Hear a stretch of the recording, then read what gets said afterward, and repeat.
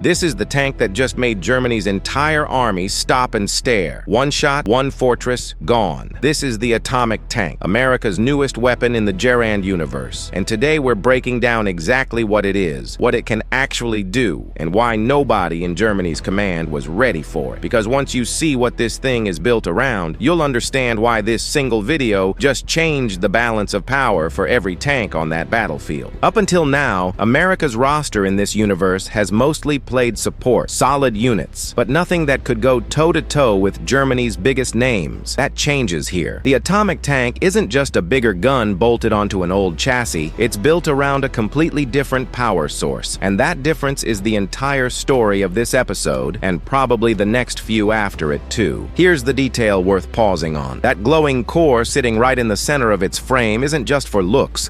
In Gerand's cartoons, details like this usually tell you exactly how a weapon works before it ever fires a shot. An atomic tank in this universe isn't about grinding through armor with sustained fire. It's about one massive payload that's meant to end a fight in a single hit, instead of wearing an enemy down over time. Let's break the attack itself into pieces. First, there's the charge up, the core burns brighter, the whole chassis locks in place, and for a few seconds this tank can't move or defend itself at all. This part matters because it's the tank's one real weakness. While it's charging, it's exposed. Then comes the shot, one single devastating blast instead of a stream of fire. This isn't a weapon meant to punch through one target. It's built to level everything caught inside the blast. Then there's the aftermath, and this is the moment the whole video is built around. The German fortress wasn't some minor outpost. It was standing there fully defended, walls and all, right up until the moment it wasn't. It goes down in a single hit. That's not really a story about one tank beating one fortress. That's Gerand telling us the entire balance of power in this universe just shifted overnight. So what happens next? If Gerand's usual pattern holds, expect Germany to respond one of two ways. Either a rushed counter-weapon